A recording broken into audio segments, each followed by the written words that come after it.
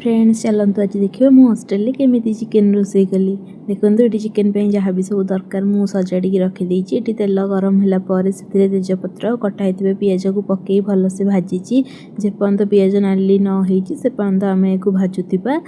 ये मु चिकेन को मैरिनेट भी करके रखीदे ए तेल से जो पिज पकई पिज टी नाली मुझे कटाई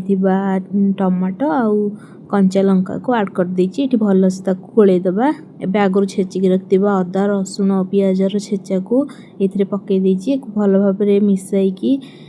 सेतिरे किछि गुंडा मसला आड कर दबा मु एठी हल्दी गुंड लंका गुंड आउ चिकेन मसला गरम मसला आड करछि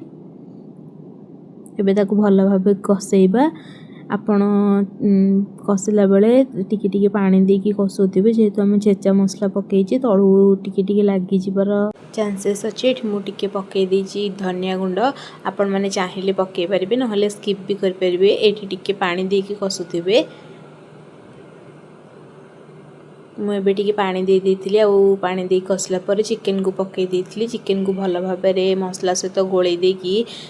किछि समय पई ताकू टिके एपट सेपट करी भाजिला परे मु सेथिरे आलू भाजिक रखतिबा आलू आ लूण पकई देथिली भी घोड़े देथिली देखंतु एबे चिकेन नु भल से पानी बाहर जाइछि आ सेथुरु तेल बाहरला जाय हमें तो कसिबा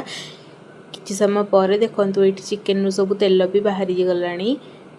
मु एक्चुअली चिकेन को बहुत टाइम जे कसिथिली आपण माने चाहिले भी बहुत टाइम जे को कसिले तार भल टेस्ट आसी थाए देखंतु एठी हमर चिकेन कसा रेडी हो जाइछि जदि मो वीडियोटी आपण माननकु भल लागि थाए तेबे लाइक शेयर सब्सक्राइब करबा को भूलिबेनी